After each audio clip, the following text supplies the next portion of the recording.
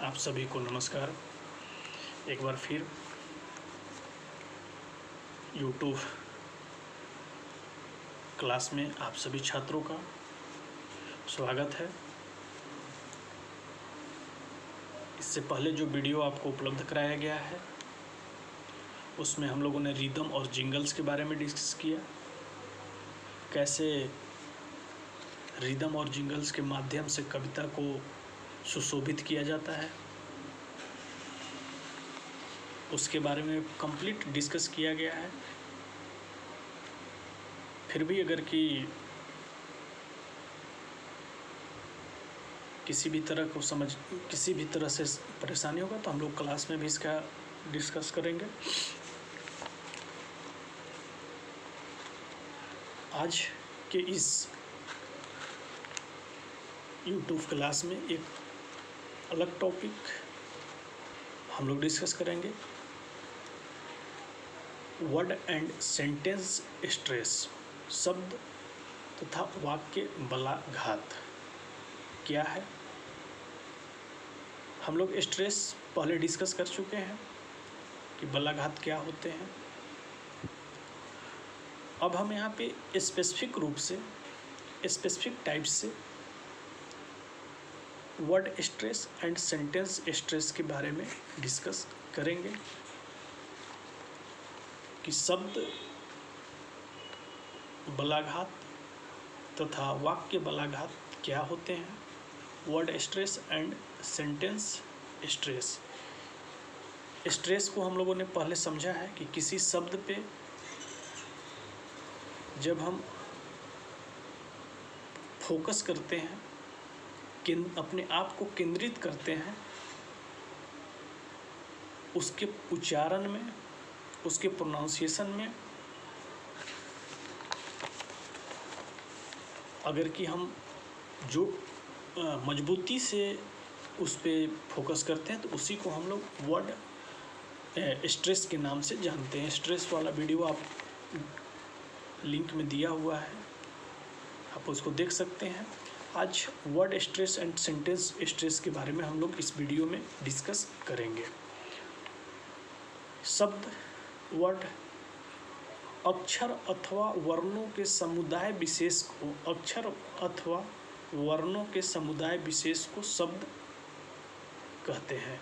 परिभाषा को ध्यान से समझिएगा। शब्द के अक्षर अथवा वर्णों के समुदाय विशेष को हम शब्द के नाम से जानते हैं।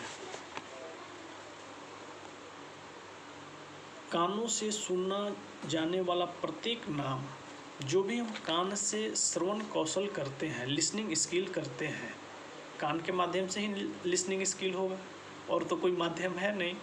तो कानों के माध्यम से जो हम लिसनिंग स्किल करते हैं तो उसका नाम हम शब्द कहते हैं। भाषा वैज्ञानिक शब्द को स्वतंत्र चरम वाक्य भी मानते हैं। जो भी लैंग्वेज साइंटिस्ट हैं वो शब्द को स्वतंत्र चरम वाक्य भी उनको मानते हैं। व्याकरण की दृष्टि से स्वतंत्र सार्थक ध्वनि ही शब्द है। अगर कि हम ग्रामर या व्याकरण की दृष्टि से देखें तो स्वतंत्र शब्द या स्वतंत्र सार्थक ध्वनि ही शब्द के रूप में जाना जाता है।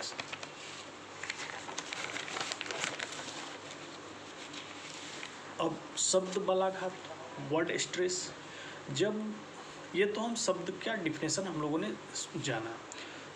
वर्ड स्ट्रेस क्या है? शब्द बलाघात जब वाक्य में प्रयुक्त विभिन्न शब्दों में से किसी विशेष शब्द पर बल लगाया जाता है, किसी विशेष शब्द पे बल लगाया जाता है तो उस शब्द को उसे हम बलाघात कहते हैं।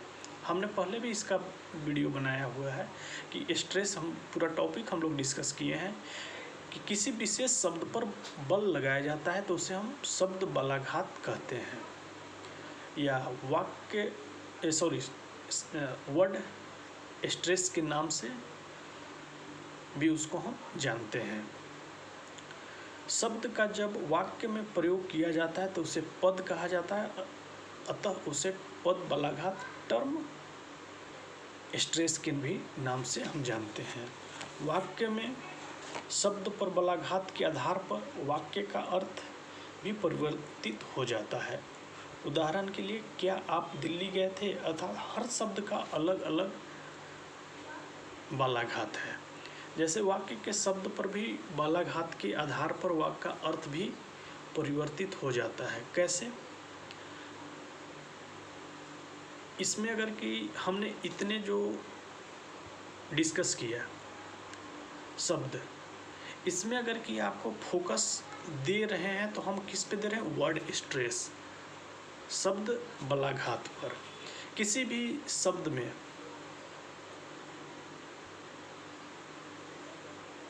क्या आप दिल्ली गए, क्या आप दिल्ली नहीं गए थे, इस तरह के जो शब्द होते हैं या किसी भी तरह के शब्द, उस पे एक अलग शब्द बलाघात होता है हर एक शब्द पे।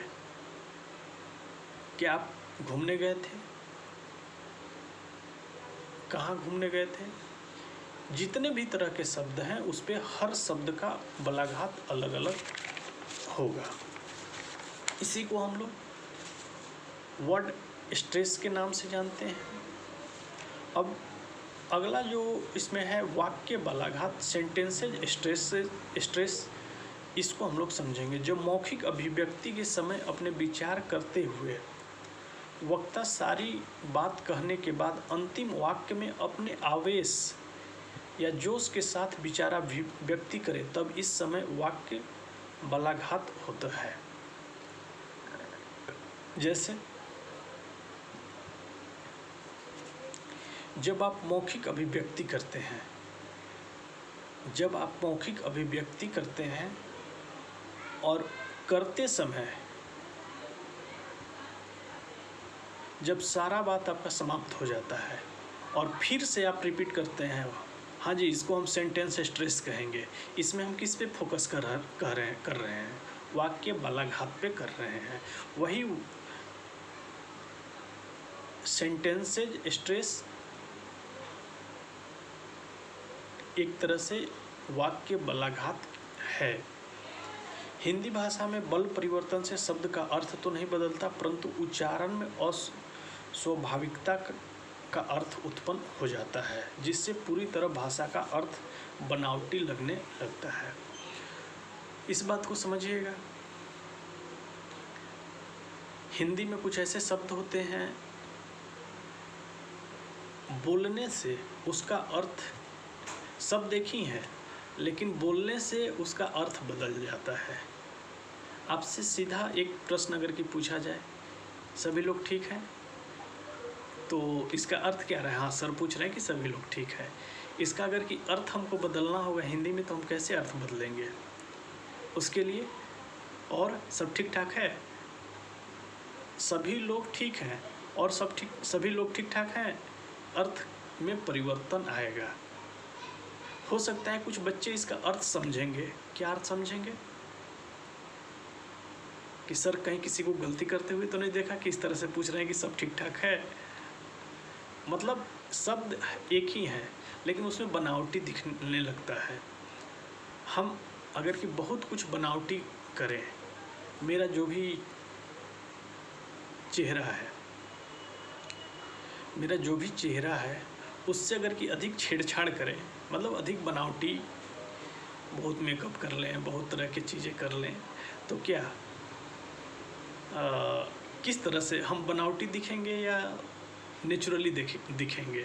और आज के समय में डिमांड किसका है, इस बात पे भी हमको फोकस करना है कि रफ एंड टफ का डिमांड है, नेचुरली का या नेचुरल रूप का अधिक डिमांड है, या पूरा मतलब उसको कह सकते हैं कि काफ़ी बनावटी। भाषा भी बनावटी होते हैं। अगर कि एक बार आपसे पूछा जाए कि और सब ठीक है, तो आपको लगे हाँ भाई ये रियल भाषा है, आपसे पूछा जा रहा है। अगर कि यही बात आपको दिन में 10 बार पूछा जाए तो क्या ये किस तरह के शब्द होंगे, किस तरह से वाक्य है? लगेगा कहीं ना कहीं इसमें कुछ न कुछ बनावटी उत्पन्न किया जा रहा है और वह बनावटी साफ दिखने लगता है। जैसे एक हम और एग्जाम्पल ले सकते हैं कि अपने आप को, पर्सनालिटी आप लोग पढ़े होंगे, व्यक्तित्व, हम लोग चेहरे पे मुखौटा लगा लेते हैं, उसी को हम लोग व्यक्तित्व के नाम से जानते हैं। आप लोग अच्छे तरीके से व्यक्तित्व पढ़े होंगे। आपका चेहरा कोई दिखे ना, रात में सभी लोग शैतान बन जाते हैं। रात का चेहरा कुछ और है और दिन का चेहरा कुछ और है।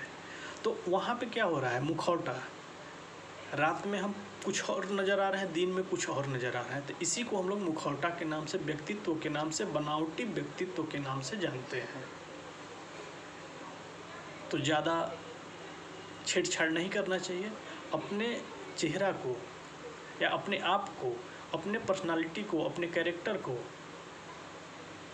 अपने तरीके से, अपने तरीके से उजागर करने का कोशिश करना चाहिए। जैसे आजकल एक कंसेप्ट चल रहा है, माई लाइफ माई रूल्स, मेरा जीवन है भाई, हम अपने अनुसार जिएंगे। तो कहने का मतलब कि बनावटी नहीं लगना चाहिए। इस तरह से इसी को हम वाक्य बालाघात या सेंटेंसेज स्ट्रेस के नाम से जानते हैं, जिस पे वाक्य पे, पूरे वाक्य पे फोकस किया जाए। और आप घूमने गए थे तो क्या क्या हुआ, पूरे वाक्य पे फोकस हो रहा है, इस बात को ध्यान दीजिएगा। तो इस तरह से इसको हम सेंटेंस स्ट्रेसेस के नाम से जानते हैं। अगला जो टॉपिक है इसमें ड्रिल, मौखिक अभ्यास। स्पीकिंग स्किल का ये लास्ट टॉपिक है। हमने बोला था कि अब स्पीकिंग स्किल करीब करीब आपका समाप्त होने जा रहा है। मौखिक अभिव्यक्ति की शिक्षा में अभ्यास सारणी का विशेष महत्व होता है। इसकी सहायता से छात्रों को सीखी गई संरचना के आधार पर भाषा का मौखिक अभ्यास कराया जाता है और वे वाक्यों की रचना करते हैं। यह अभ्यास वस्तुतः साचा अभ्यास का प्रवर्ती क्रम है। अतः वाक्य को साचा पर छात्रों को पर्याप्त अधिकार प्राप्त करना, जिससे वे उन साँचों का सही अनुमान के साथ शुद्ध उच्चारण कर सके। जैसे एक ही शब्द का अर्थ बदलते हैं, इस बात से तो आप सभी सहमत हैं। अब जैसे कि एग्जाम्पल हम ले रहे हैं, इसमें इकोनॉमिक्स में या कॉमर्स में आपको सेल पढ़ाया जाए तो आप क्या पढ़ेंगे? सेल मतलब बेचना या सेलिंग करना, आप समझ रहे हैं। वही अगर कि बायोलॉजी का टीचर अगर कि बताएगा सेल, तो क्या बताएगा? कोशिका। फिजिक्स का अगर कि टीचर सेल, प्रोनाउंसिएशन देखिएगा एक हो रहा है, अगर कि बोलेगा तो सेल बैटरी। तो शब्द एक ही है लेकिन उसका उच्चारण अलग अलग और अर्थ भी उसका बदल रहा है। इसके बाद ही मौखिक अभ्यास सारणी का प्रयोग किया जा सकता है। ये सारणियाँ मुख्यतः दो प्रकार से होती है, स्थानापन्न सारणी और अनुरूप सारणी। इस सारणी में जैसे कि नाम से स्पष्ट है कि सांचे में एक स्थान पर, दो स्थान पर अपना तीनों स्थान पर प्रयुक्त शब्दों के बदले अन्य शब्दों का प्रयोग या अभ्यास कराया जाता है। इस तरह की एक सारणी की सहायता से छात्रों को अन्य नवीन वाक्यों की रचना का अवसर मिलता है। जैसे एक ही शब्द को एक स्थान पे उसका कुछ और अर्थ निकल रहा है, दूसरे स्थान पे उसका कुछ और अर्थ निकल रहा है, अगले स्थान पे कुछ और अर्थ निकल रहा है। और अर्थों को जब वो समझते हैं छात्र, तो उसी को हम स्थानापन्न या स्थानापन्न सारणी के नाम से जानते हैं। और दूसरा है अनुरूप सारणी। इस अभ्यास में एक वाक्य के सांचे में कई स्थानों पर कई विकल्प दिए जाते हैं। इसमें एक ही स्थान पर देखिएगा कि कई विकल्प आपको दिए जाएंगे, जिसका आपको उच्चारण या प्रोनाउंसिएशन अच्छे से तरीके से करना है। तो इस तरह से आज के इस वीडियो में आपको word stress, sentence, sentence stresses और ड्रिल के मौखिक अभिव्यक्ति या मौखिक अभ्यास के बारे में आपको डिस्कस किया गया है। और इस तरह से आपका स्पीकिंग स्किल का पूरा टर्म्स समाप्त हुआ। और आगे हम लोग रीडिंग स्किल वगैरह के बारे में डिस्कस करेंगे। वीडियो को कंटिन्यू देखिएगा, बिना स्किप किए हुए देखिएगा। आपको सारा टॉपिक का डिस्कस सिलेबस के अनुसार ही आपको वीडियो बनाया गया है और एक भी टॉपिक इधर से उधर नहीं है। उसी तरह से आपको नोट्स भी उपलब्ध कराया गया है। इसलिए आप वीडियो को बिना स्किप किए हुए देखिए, आपको अच्छा लगेगा और आपको टॉपिक को समझने में या आपके अधिगम प्रक्रिया लर्निंग प्रोसेस को बढ़ाने में मदद मिलेगा। इस तरह से आप सभी को बहुत बहुत धन्यवाद।